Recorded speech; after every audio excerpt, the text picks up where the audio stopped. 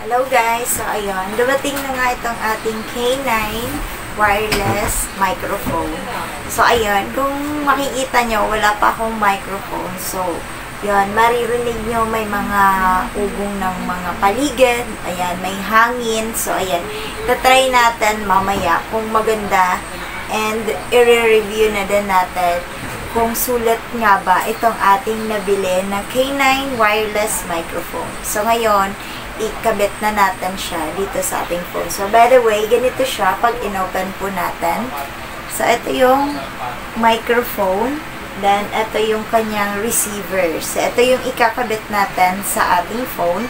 So, ayan. By the way, guys, pagka yung cellphone nyo is hindi gumagana sa mismong camera nyo, itry nyo pong i-open yung open camera na app.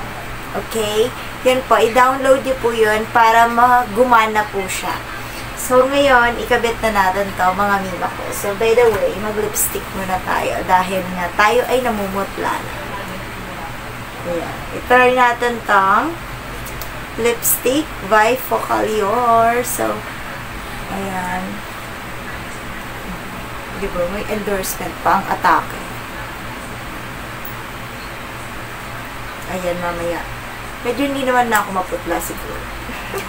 So, ayun guys, ikabit na natin to. So, pag kinabit natin, i-open lang natin yung OTG natin.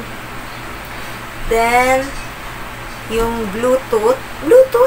Yan, yung Bluetooth. But, i-open muna natin to ating. Ayan. Ito yung open niya. Meron dyan sa baba. So, magbi-blink-blink yung green. Ayan.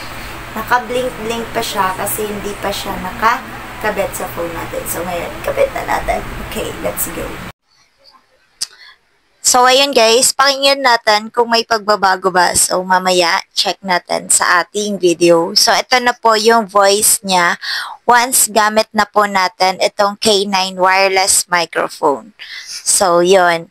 So, makikita natin may pinagbago po yung walang mic at saka yung may gamit na mic ngayon. So, kung nagustuhan nyo yung review na to, so ilalagay ko na lang po yung link na to sa ating description box para matry nyo din. Ayan, sa mga perfect po ito sa mga small content creator, sa mga naghahanap ng affordable na wireless microphone. So, yun, kung nagustuhan nyo ang video ito, ayan. Kung nagustuhan nyo ang video ito, please don't forget to like, share, and subscribe. Bye!